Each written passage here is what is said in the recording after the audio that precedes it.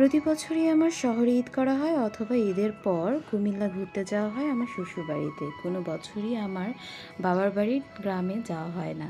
তাই এবছর আমার গ্রামের বাড়িতে যাওয়ার খুব ইচ্ছে করছিল। তাই আপনাদের ভাইয়াকে বললাম আমাকে আমার গ্রামের বাড়িতে ঘুরতে নিয়ে যাওয়ার জন্য।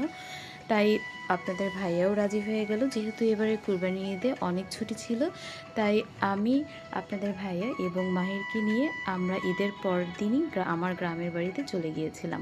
আসসালামু আলাইকুম সবাইকে, কেমন আছেন সবাই? আমি পূর্ণিয়া ওয়েলকাম করছি আজকে আমার নতুন একটি ভিডিওতে। এবারে ঈদের পরপরই আমরা আমাদের গ্রামের বাড়িতে গিয়েছিলাম। যেহেতু এবার ঈদের অনেক ছুটি ছিল, তাই অনেক আত্মীয় স্বজনদের সাথেও দেখা হয়ে গিয়েছিল।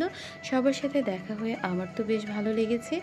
এবং গ্রামের মাটিতে খালি পায়ে হাঁটা, পুকুরে গোসল করা, মাছ ধরা, মা ছেলে মিলে পানিতে এভাবে হাসির মতো সাঁতার কাটা, এই সব কিছুই আমার কাছে একটা স্বপ্নের মতো ছিল।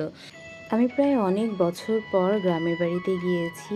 গ্রামের সেই প্রাকৃতিক দৃশ্য, মাঠ ঘাট, নদী নালা, খাল বিল, গ্রামের মেঠো পথ সব আগের মতোই আছে, চোখে লাগার মতো। তবে একটা সময় ছিল যখন গ্রামের রাস্তাগুলি কাঁচা ছিল এবং রাস্তাঘাটগুলি ভালো ছিল না, তখন যাতায়াতে অনেক অসুবিধা হতো। কিন্তু এখন প্রতিটা রাস্তাই পিচ ঢালা করে দেওয়াতে চলাচলে অনেক সুবিধা হয়।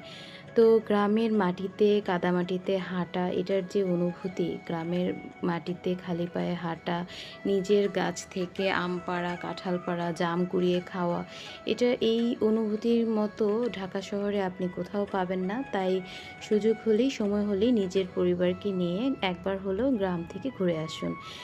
এটাই ছিল আমার আজকের ভিডিও। ধৈর্য সহকারে ভিডিওটি এতক্ষণ দেখার জন্য আপনাদের সবাইকে ধন্যবাদ।